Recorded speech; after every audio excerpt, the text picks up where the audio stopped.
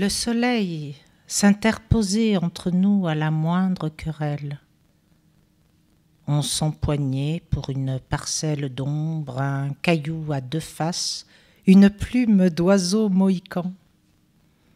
Le frère jurait sur l'honneur de la famille ne s'être jamais dévêtu devant un ruisseau, ni avoir marché sur le pied d'une abeille.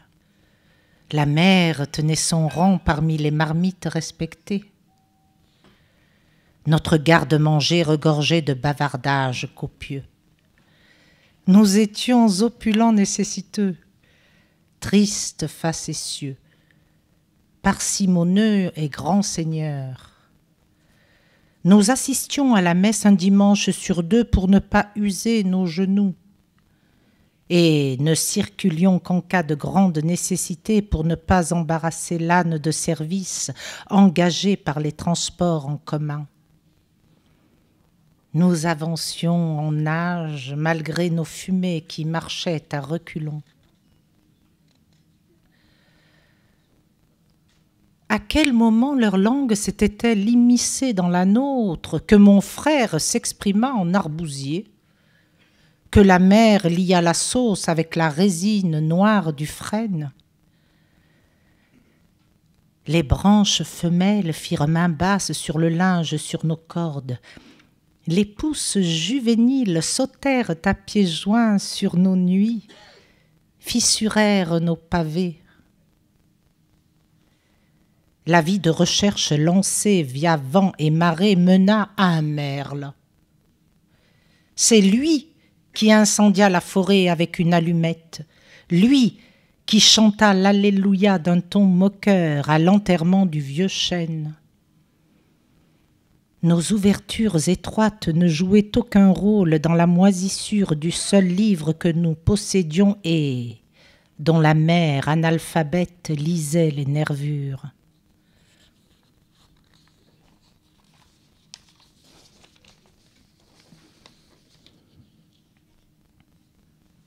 Dieu, clamait la mère, se tient derrière tous les arbres de la forêt. L'épaule droite plus basse que la gauche, lourde de neige pierreuse à force d'endurance. C'est son souffle immobile qui fissura nos murs la nuit de passation entre deux hivers.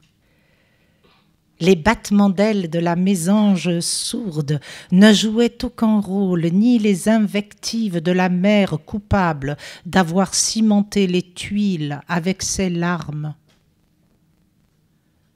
Pourtant, la tempête annonçait des désordres festifs, des dégradations fignolées par vent subtil. Tout nous souriait. Et la mer qui portait ses larmes autour du cou, telle perle des mers chaudes, les comptait sur nos doigts qui grandissaient avec le lilas de Perse, le seul à nous appeler par nos noms.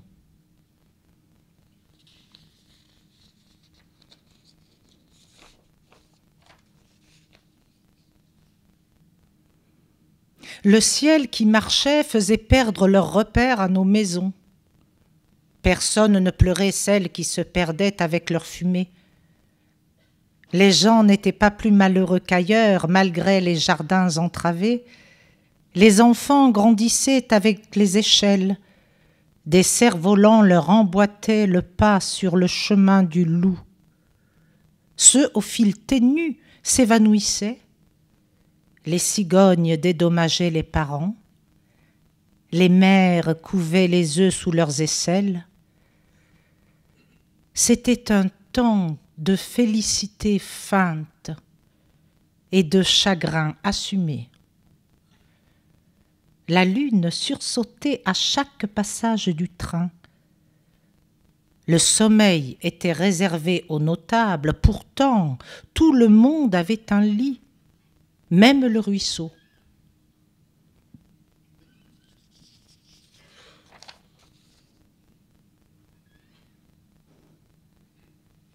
Dans le village des mères, les journées tiennent dans un seau d'eau.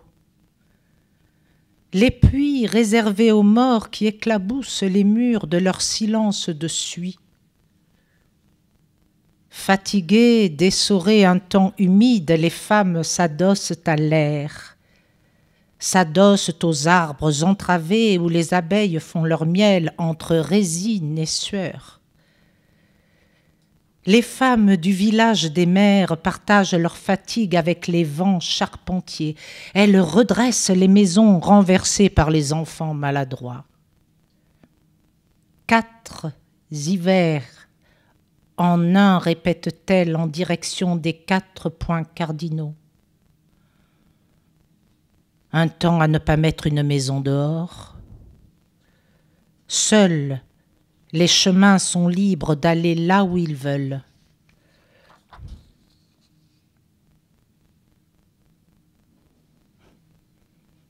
Le tilleul est mort. Personne ne le sait encore. Celle qui l'ait lagué avec ses ciseaux en argent n'a pas compté son âge, n'a pas prévu des larmes pour attendrir la hache. Un vent ignorant a soufflé les cierges, et ce n'est pas la dernière coulée de résine qui remplacera les pleurs. Sa photo trône sur la cheminée depuis que la maison est maison. Lui, debout, sanglé dans son écorce, elle, lui arrivant à l'épaule, des mariés ordinaires, et une mise en ménage qui comporte sa part d'ombre et d'énervement quand le tapage des moineaux empêche les parents de faire la sieste.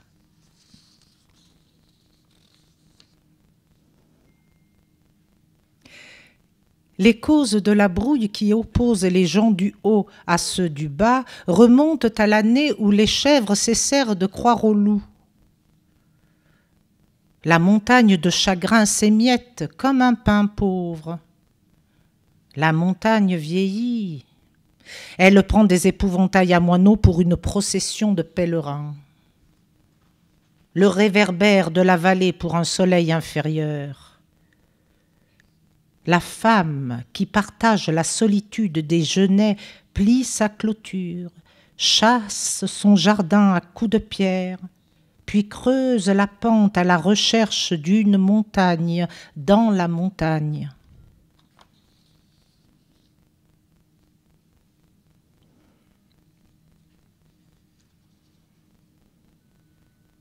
Le chant a réveillé ses jours. Sur les chemins ouverts par nos pas, entre ses bras, son herbe est chorale et chaque branche corde amoureuse. Des fleurs ici, des fleurs là-bas chantent leur amour. Un chardonneret y pose sa tristesse, fait vibrer la corde dans les fragrances des arbres.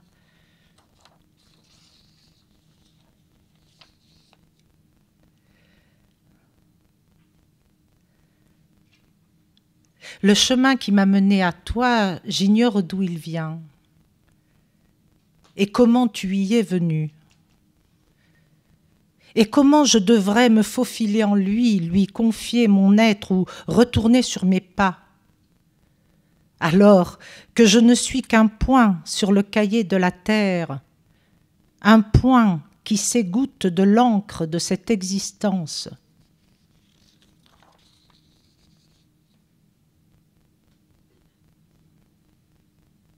Pas de filiation entre nous deux, pas de division non plus.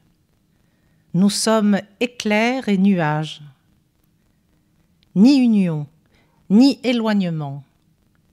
Avec quel sang nos corps témoignent quand le lieu devient temps dans le rituel de nos organes et que le temps devient lieu.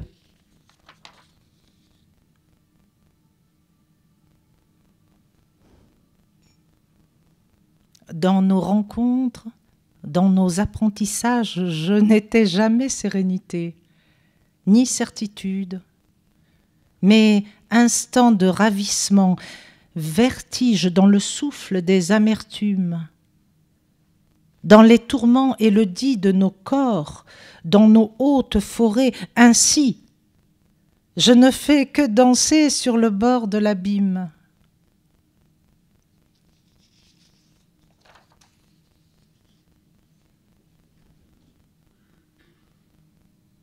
Nous voguons sur l'alphabet de nos jours, égrénant ta voix et ma voix, quelle est belle la chanson!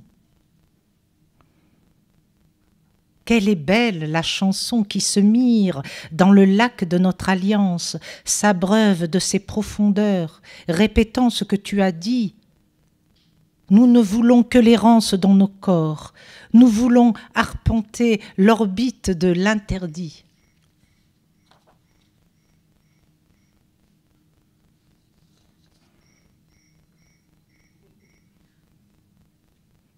Où que tu sois, ton corps va et vient autour de moi, comme si j'étais sa demeure. Pas un rêve, ni une image, ni une hallucination, un corps qui étincelle dans mes lèvres, entre mes mains et dans ce que je vois, monte et descend en moi l'égal du jour, du feu, de l'eau, du vent, de la chimie.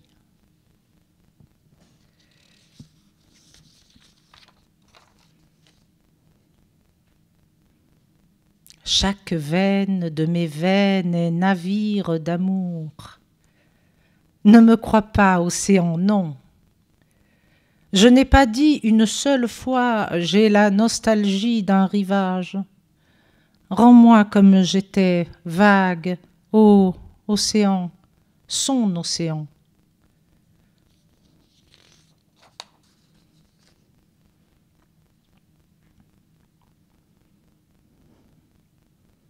Tu n'es pas seul en toi-même, en toi tu es deux, trois.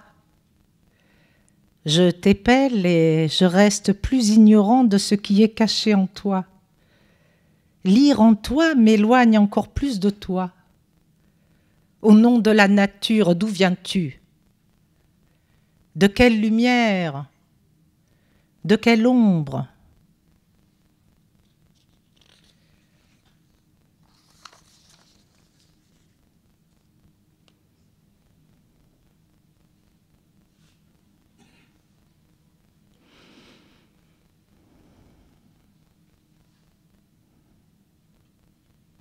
Se peut-il que le vent qui a remué la forêt dissimulée dans nos corps ait su que j'étais blessure, que j'étais dispersée? Se peut-il qu'il ait voulu mon sens pareil au vent? Désordre de rencontres, désordre de chemin, désordre des langues.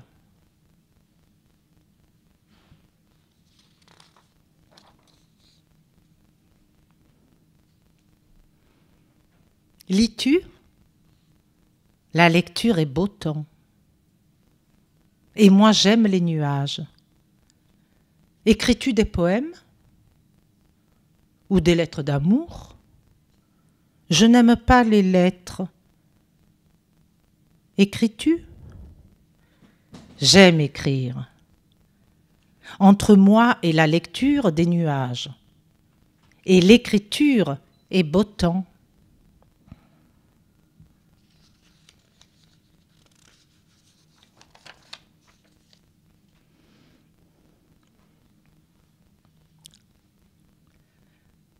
Tes mains m'ont oublié, mais mes yeux n'oublient pas. Hier j'ai dit à tes yeux, je n'ai pas de temps pour l'amour. Mon corps est en exil ailleurs, et mon âme en exil ailleurs. C'est ainsi que ma liberté m'a abandonnée. Je n'aime que si je suis le maître.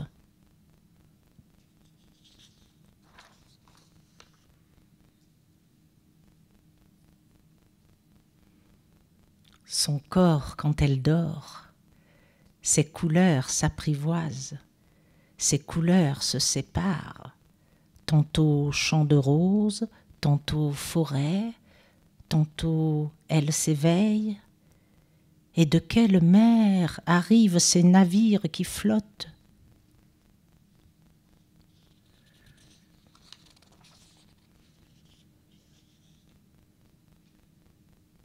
Qu'est-ce que j'écris?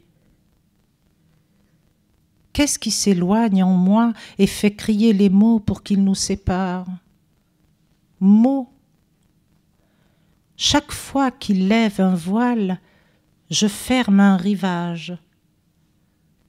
Nos voix à faune se feuillettent dans le cahier du temps, et l'écho, pareil à ton cœur et au mien, aussi solitaire.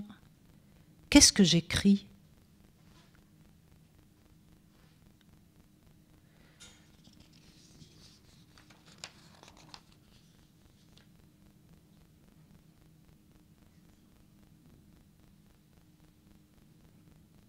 Son corps est un cortège. Jasmin, palmier, tournesol. J'y introduis un mirage, je le mesure à l'infini de sa profondeur. J'y fais pénétrer un désert, ses gazelles, des tribus de musc. Son corps, je touche dans ses replis, ses vestiges, son amour passé, sa blessure passée. Au cours de nos ravissements tremblent et s'effacent nos vestiges. Son corps dans un livre et le mien dans un livre, et nos versets sont union, compassion et séduction. Nous sommes amants.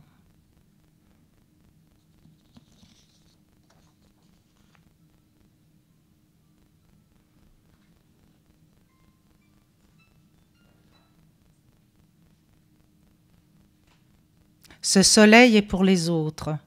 Il n'est qu'une habitude. Notre soleil vient vers nous chaque jour. Corps surgit de l'océan de notre amour. Et nous avons nos semblables, les amants bergers de leur propre corps. Ainsi, tout ce qui est nouveau et beau guide vers notre soleil, qui reste son guide.